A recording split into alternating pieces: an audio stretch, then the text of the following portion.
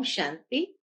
आज 4 फरवरी 2022 के बाबा के अनमोल मधुर महावाक्य सुनेंगे। मीठे बच्चे, अपने दिल रूपी दर्पण में देखो कि अंदर में कोई भूत तो नहीं है। भूतों को निकालने का प्रयत्न करते रहो। आज की मुरली से प्रश्न है, बाप और बच्चों के बीच संगम पर दुनिया से बिल्कुल न्यारी रस्म चलती है, वह कौन सी? उत्तर है, दुनिया में बच्चे बाप को नमस्ते करते हैं, लेकिन यहाँ बाप बच्चों को नमस्ते करते हैं। बाप खुद कहते हैं, मीठे बच्चे, मैं तुम्हारी सेवा में आकर उपस्थित हुआ हूं, तो तुम बच्चे मेरे से भी बड़े ठहरे। दूसरा, मैं निरअहंकारी निराकारी बाप हूं, तो जरूर मैं पहले नमस्ते करूंगा। यह भी संगम की न्यारी रस्म है। ओम शांति।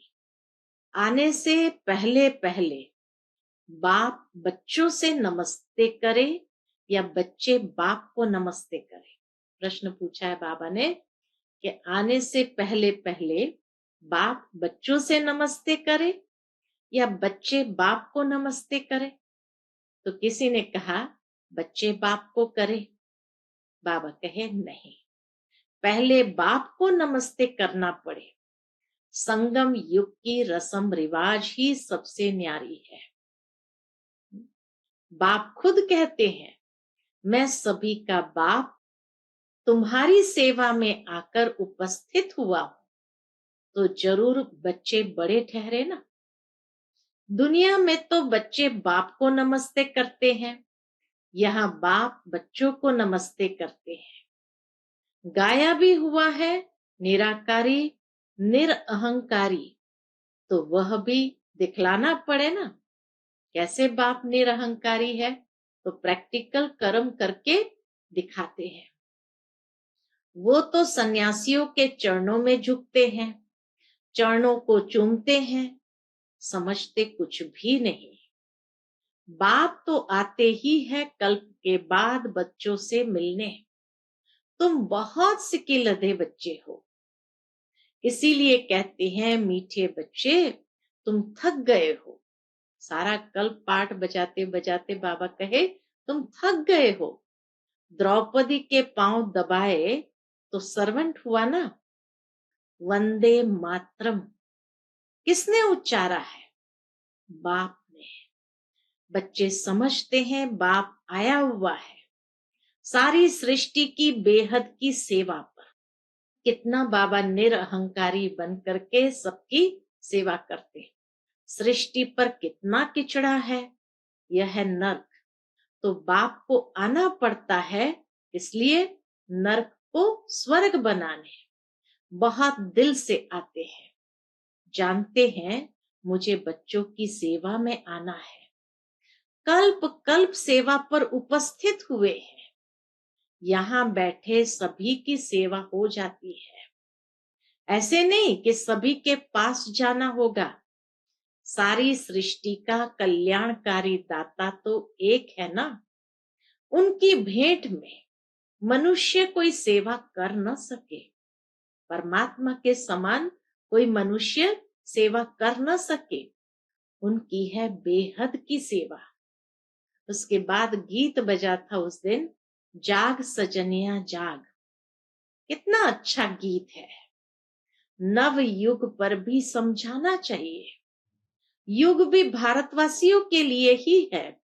भारतवासियों से फिर वह सुनते हैं कि सतयुग त्रेता होकर गए हैं, क्योंकि वह आते ही है द्वापर में। तो औरों से सुनते हैं कि भारत प्राचीन खंड था, उसमें देवताएं राज्य करते थे।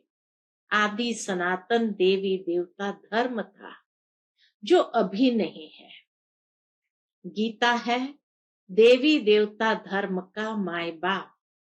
गीता ज्ञान है, देवी देवता धर्म का माय बाप। बाकी सब बाद में आते हैं। तो यह हुआ प्राचीन सब धर्मों के लिए। वास्तव में एक गीता ही है मुख्य, जो सबको माननी चाहिए। परंतु मानते कहाँ है? वे अपने धर्म शास्त्र को ही मानते हैं। यह तो जानते नहीं कि भगवान ने गीता कब उच्चारी। गीता है बाप की उच्चारी हुई। उसमें बाप के बदले बच्चे का नाम डाल मुश्किलात कर दी है। इसलिए सिद्ध नहीं होता कि शिवरात्रि कब मनावे। शिव जयंती के बाद होती है कृष्ण जयंती। कभी भी श्री कृष्ण यज्ञ नहीं गाया जाता, रुद्र ज्ञान यज्ञ ही गाया जाता। और गीता में भी रुद्र ज्ञान यज्ञ की ही बातें लिखी है। उनसे ही विनाश ज्वाला प्रज्वलित हुई। सो तो बरोबर देख रहे हो, आदि सनातन देवी देवता धर्म की फिर से स्थापना हो रही है। फिर यह और अनेक धर्म रहेंगे नहीं। कृष्ण भी तब आए जब और सब धर्म न हो। बाकी सब आत्माएं मुक्ति धाम में रहती है। भगवान से तो सबको मिलना होता है ना। सभी बाप को सलाम करेंगे। बाप भी फिर आकर बच्चे को सलाम करते हैं। बच्चे फिर बाप को करते हैं।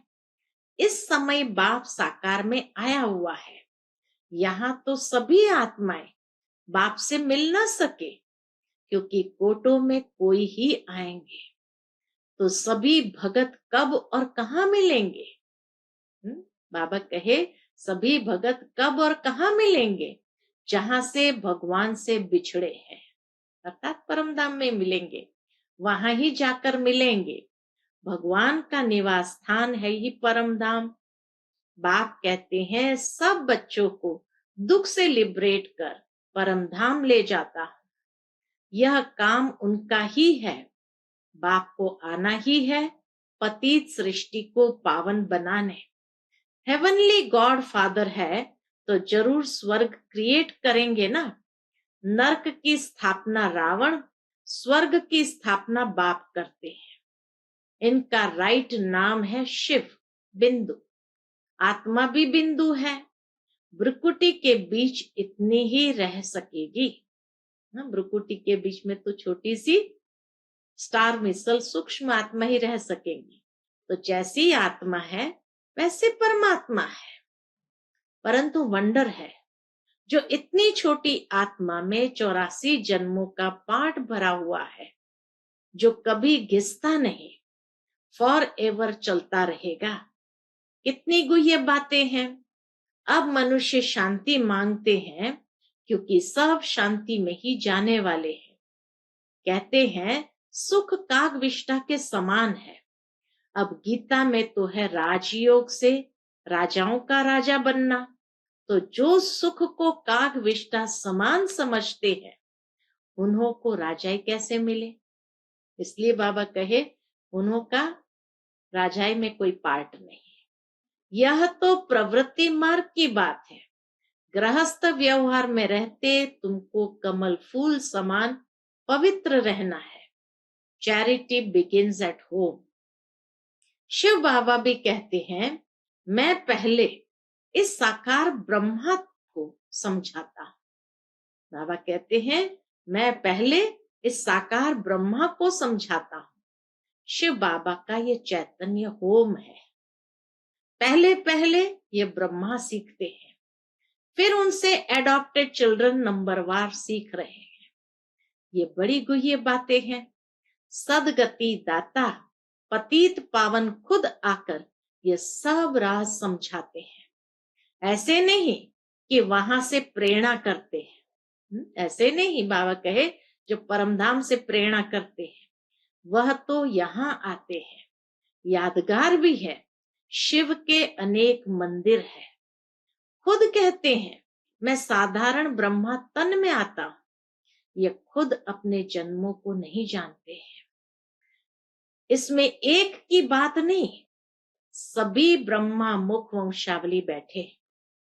ब्रह्मा मुख के द्वारा तुम ब्राह्मण रचे गए हो। ब्रह्मा मुख के द्वारा तुम ब्राह्मण रचे गए हो। तुम ब्राह्मणों को ही समझाते हैं। यज्ञ हमेशा ब्राह्मणों द्वारा ही चलता है।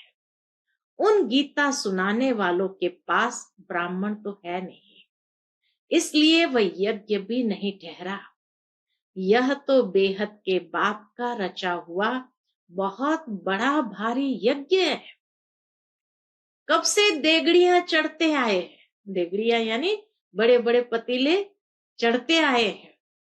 तो बाबा कहे कब से देगड़ियां बड़े बड़े पतीले चढ़ते आए हैं, भंडारा अब तक चलता ही रहता है। समाप्त कब होगा? जब सारी राजधानी स्थापन हो जाएगी। बाप कहते हैं तुमको वापस ले जाएंगे। कहाँ? घर। तो बाप कहते हैं तुमको वापस घर ले जाएंगे, फिर नंबरवार पाठ बजाने भेज देंगे। ऐसे और कोई कह न सके कि मैं तुम्हारा पंडा हूं, तुमको साथ ले जाऊंगा। पतित मनुष्य को पावन बनाकर ले जाते हैं, फिर अपने अपने धर्म स्थापन करने समय पाठ बजाने आत्माएं आना शुरू करती है। अनेक धर्म अभी है, अनेक धर्म अभी है, बाकी एक धर्म नहीं है। अनेक टाल टालियों पर खड़ा है ये कल्प वृक्ष, बाकी एक धर्म नहीं है। तो गीता है सभी शास्त्रों में शिरोमणि, क्योंकि उनसे सबकी गति सदगति होती है। भारतवासियों में भी ज्ञान वह लेते हैं, कौन लेता है? जो आत्माएं पहले पहले परमात्मा से अलग हुई है, पहले पहले वह आना शुरू करेंगी नंबरवार, फिर सबको आना है।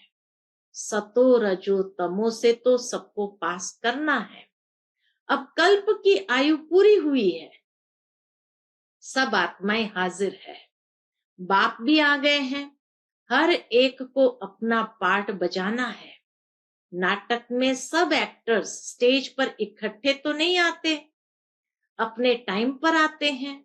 बाप ने समझाया है नंबरवार कैसे आते, वर्णों का भी राज समझाया है। चोटी तो ब्राह्मणों की है, परंतु ब्राह्मणों को भी रचने वाला कौन है? शूद्र तो नहीं रचेंगे।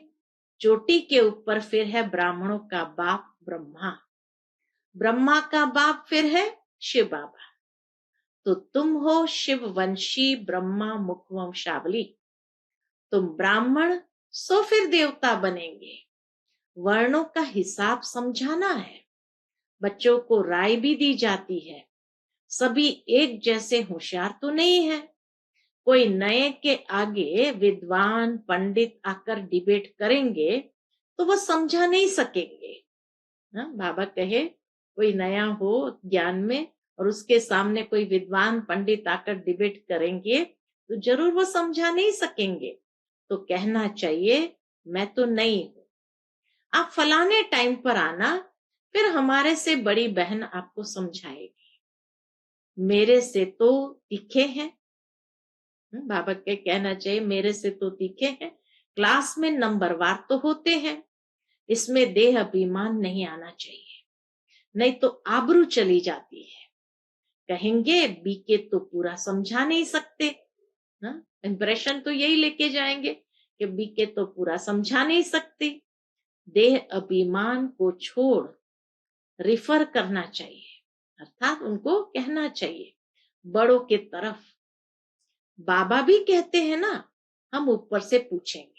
ब्रह्मा बाबा को भी कोई बच्चा कुछ पूछते हैं तो ब्रह्मा बाबा भी कहते हैं हम ऊपर से पूछेंगे बाबा को। महारथी घोड़े सवार प्यादे है ना, किन्हों की शेर पर सवारी भी है। शेर सबसे तीखा होता है, जंगल में अकेला रहता है और हाथी हमेशा झुंड में रहता है। अकेला हो तो कोई मार भी दे। शक्तियों की भी शेर पर सवारी दिखाते हैं।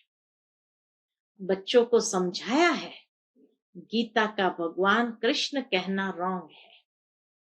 बाबा ने बच्चों को समझाया है गीता का भगवान कृष्ण कहना रॉन्ग है।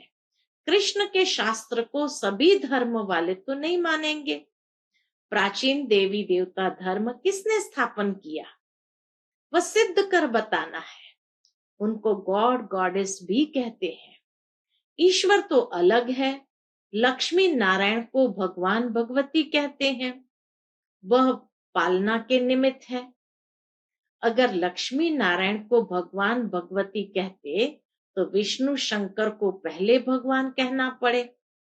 तुम जानते हो भगवान बिना गीता कोई बोल न सके। बाबा कहे तुम जानते हो भगवान बिना गीता कोई बोल न सके। भगवान के मुख की गाई गीता है। श्री श्री रुद्र की गीता है। इनको कोई अपना मुख बना न सके। दूसरा कोई देवी देवता के मुख से ये निकल नहीं सकती। तो बाबा कहे इनको कोई अपना मुख बना न सके। गीता सिवाय शिव बाबा के और किसके मुख से आ न सके। गीता माता है, उनका रचयिता शिव बाबा है। वह बैठ ओरली समझाते हैं। वह ज्ञान का सागर है ना, तो रचयिता ही रचना की नॉलेज देंगे। इसीलिए ऋषि मुनि भी कहते हैं बेअंत है। परमात्मा बेअंत है। ईश्वर की गत मत ईश्वर जाने। अब ईश्वर की मत सो है श्रीमत। जिससे सदगति मिल जाती है सो तो ठीक है। गति के साथ सदगति दोनों कहना पड़े, क्योंकि भारत में जब स्वर्ग होता है तब और धर्म वाले गति में होते हैं। भारतवासी सदगति अर्थात जीवन मुक्ति में है। यह सब राज बाबा समझाते हैं जो धारण करना है। भक्ति मार्ग वाले कहते हैं वेद शास्त्र आदि सबसे ईश्वर का रास्ता मिलता है, परंतु ऐसे तो है नहीं। यह कोई शिमला की पहाड़ी थोड़ी है। बाबा कहे यह कोई शिमला की पहाड़ी थोड़ी है जो जहां से भी जाओ तो पहुंच जाएंगे। कहते हैं ना कोई भी रास्ता पकड़ लो पहुंचना तो उधर ही है। तो बाबा कहे ये कोई शिमला की पहाड़ी थोड़ी है जो जहां से भी जाओ तो पहुंच जाएंगे। यहाँ तो साजन को सजनियों के पास आना पड़े, सजनियों का श्रृंगार कराना है। साजन को सजनियों के पास आना पड़े, सजनियों का श्रृंगार कराना पड़े। स्वर्ग का मालिक बनाने के लिए सब महाराजा महारानी बनने चाहते हैं, परंतु बाबा कहते हैं अपना मुंह तो पहले देखो। नारद की बात भी अभी की है। उनको लक्ष्मी को वरने की दिल हुई तो उसको कहा पहले अपनी शक्ल तो देखो। बाबा भी कहते हैं अपना दिल रूपी दर्पण देखो। काम का भूत तो नहीं आता, जांच करते रहो और भूतों को निकालने का प्रयत्न करते रहो। युक्तियां तो बाबा सब बतलाते रहते हैं। मन में संकल्प तो बहुत आएंगे, कर्म में नहीं आना चाहिए। बाबा अच्छे कर्म सिखलाते हैं ना। कर्म अकर्म विकर्म की गति का ज्ञान भी गीता में है और तो कोई नहीं जानते। विकर्म कराने वाली है माया, वह सतयुग में होती नहीं। अब श्रीमत पर चलने से ही तुम स्वर्ग में चल सकते हो। यह किसी मनुष्य की मत नहीं है। बाप की श्रीमत से स्वर्ग बन रहा है, औरों की मत से स्वर्गवासी बन न सके और भी भ्रष्ट बनते जाएंगे। तुम बच्चे जानते हो अब एक धर्म की स्थापना हो रही है। तुम योग बल से गुप्त वेश में अपनी किंगडम स्थापन कर रहे हो। हाथ में हथियार आदि तो कुछ है नहीं, ज्ञान के बाण व तीर आदि है। उन्होंने फिर स्थूल में दिखा दिया है। यह है सब गुप्त शक्तियां। बाबा कहे यह है सब गुप्त शक्ति। शक्तियों की देखो कितनी पूजा होती है।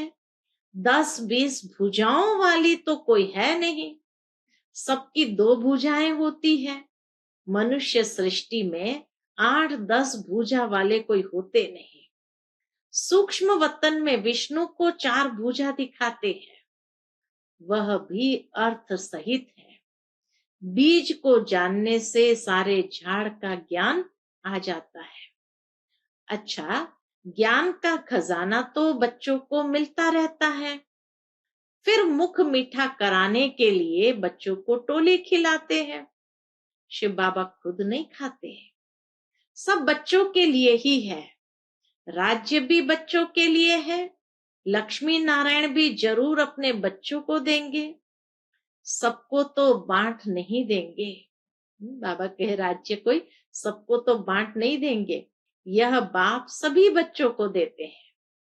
वहां प्रजा भी कहेगी हम स्वर्ग के मालिक हैं। सुख तो प्रजा को भी है, दुख का नाम भी नहीं।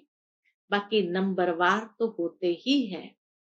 वहां तो सोना भी अथाह होता है, यहाँ तो सब खानियां खाली हो गई है। गायन भी है, किसकी दबी रही धूल में, किसकी राजा खाए। अच्छा, मीठे मीठे सिकिलते बच्चों प्रति मात पिता बाप दादा का याद प्यार और नमस्ते। माताओं को वंदे मातरम। बच्चों को याद प्यार और सबको गुड मॉर्निंग। अब रात पूरी होती है, गुड मॉर्निंग आ रहा है। नया युग आ रहा है ब्रह्मा कुमार कुमारियों के लिए।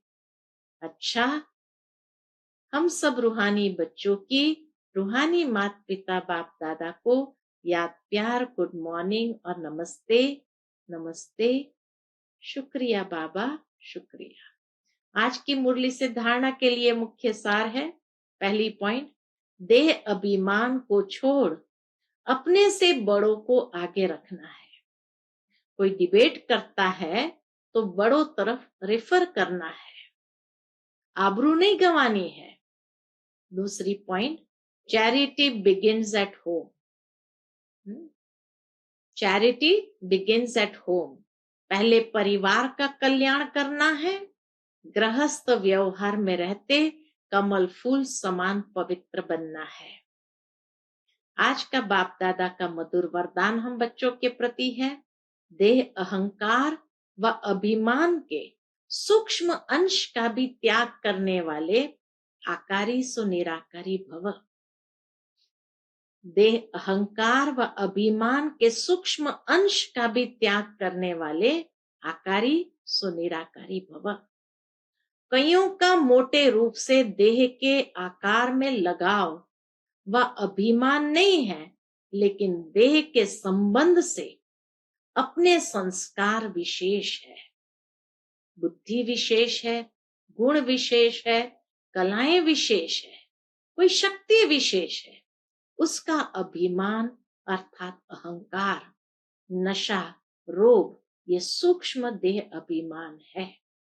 तो यह अभिमान कभी भी आकारी फरिश्ता व निराकारी बनने नहीं देगा। इसलिए इसके अंश मात्र का भी त्याग करो तो सहज ही आकारी सो निराकारी बन सकेंगे। आज का स्लोगन है, समय पर सहयोगी बनो तो पदम गुना रिटर्न मिल जाएगा। समय पर सहयोगी बनो तो पदम गुना रिटर्न मिल जाएगा। अच्छा, Om Shanti. To watch Peace of Mind channel videos on YouTube, subscribe us on youtube.com/